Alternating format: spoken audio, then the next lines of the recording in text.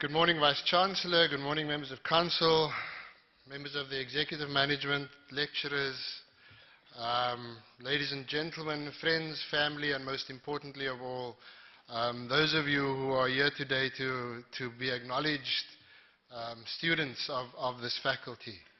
What an amazing privilege and honor it is for me to have the opportunity to just stand and share a few words, and thank you for allowing me this amazing honor. My wife and I went to the movie Les Mis. My French is absolutely awful, so I can't say the words properly, but we went to the movie Les Mis, and some of you who have seen it will know that the main character, Jean Valjean, is played by Hugh Jackman. And I'm not going to sing for you, I promise. My wife would be most upset. And I always comment that as I sat there, the male in me, the action person in me, kept expecting Hugh Jackman to become Wolverine any minute. So please go and see the movie at some stage. But in the middle of the movie, the character Jean Valjean asks a single three-word question. And the question is, who am I? Who am I? And it's not a question of what is my name, because although there is an identity crisis that is part of the question, it is a question of what is the critical thing I need to do now? What is my purpose? What is my passion? What is my point of integrity? And I know you know the answer to the question, who am I? Because when they call your name, you will come up and you will receive the accolade that is appropriate to you. And so today I don't need to ask you to answer the question, who am I, with whatever your name is. But I believe it is time right now for me to challenge you to answer the question, who am I, by understanding the answer to what is your purpose, what is your passion, and where exactly are you going to find your acts of integrity.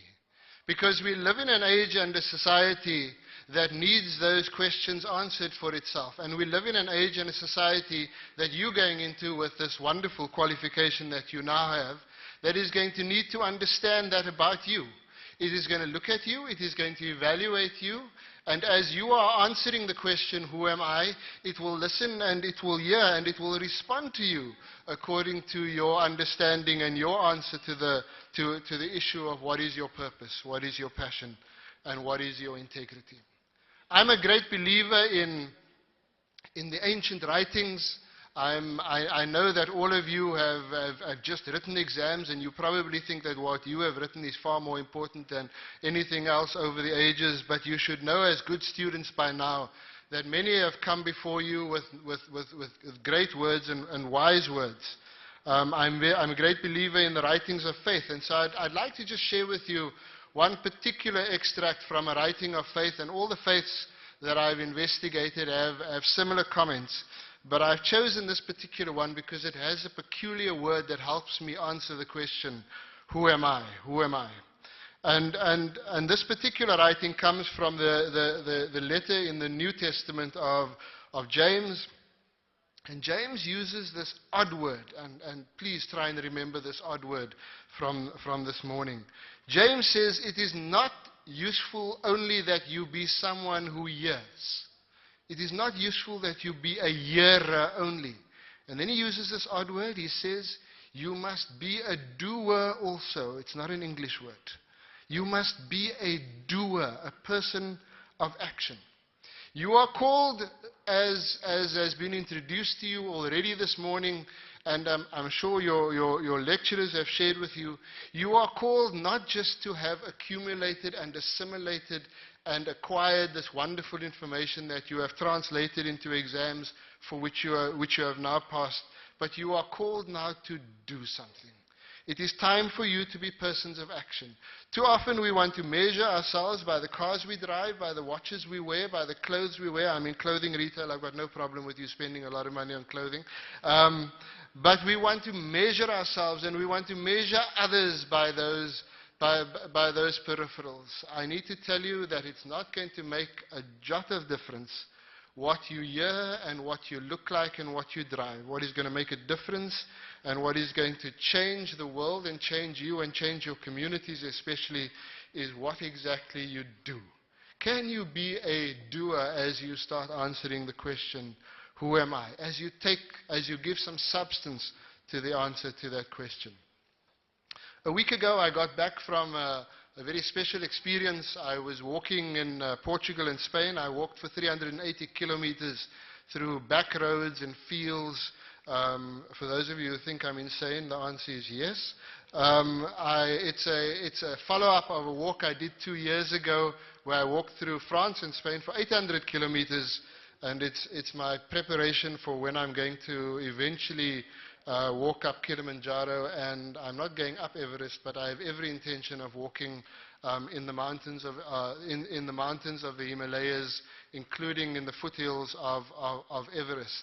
And part of why I walk is to help me, even at my old age of 50, to help me understand the answer to the question, who am I? It's useful to take time and spend time asking the question and finding ways to do it. And what the path of walking has taught me is a few very, very simple things. And again, please, life's most important lessons are not earth-shattering. They're just very, very simple. As I answer the question, who am I? One of the things I've discovered as I walk on my path is it doesn't matter what I do. Once I start out on a path, it is my path that determines my destination. It is my path that determines my destination. If you get on the N1 in South Africa, there is no way you are going to end up in Knysna. Doesn't matter how much you think of Knysna, how much you feel about Knysna, how much you want to pray about Knysna. It doesn't matter how much other people tell you about Knysna, you're not going to get there. When I've learnt, and it's very important when you're walking, because going back and retracing your steps is a huge step. The path determines, the principle of the path is, the path you're on determines where you go. I've also learnt that it doesn't matter how tired you are, how exhausted you are, how down you are. It is far more helpful to keep taking one step at a time in life and the journey of life. It is far more helpful to keep taking one step than to sit down and sink in despair and feel sorry for yourself and do absolutely nothing. It's a step at a time. I need to tell you, young people, life is not easy. It's not supposed to be easy. It never was easy. It was difficult for those who have supported you in getting you to this point. It will not become easy just because you have a qualification. You're going to have to learn to walk a step at a time, a moment at a time, and use the opportunity every single time. Answer the question purposefully.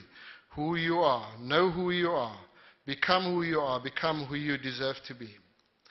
So, I was told not to stay here too long, and I'm going to finish off now. My challenge again. Answer the question, who am I? Know who you are, because your lecturers and your learning has given you the opportunity to be skilled. They have given you the opportunity to be skilled, to act with purpose.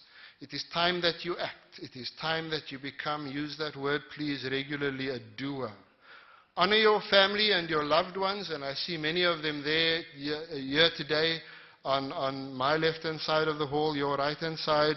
Honor them as they have given you the wonderful gift of being able to not just serve with purpose, but also serve with passion. We need people, young people, purposeful people, qualified people of passion in our business, in our community worlds, in our community life, and in our nation.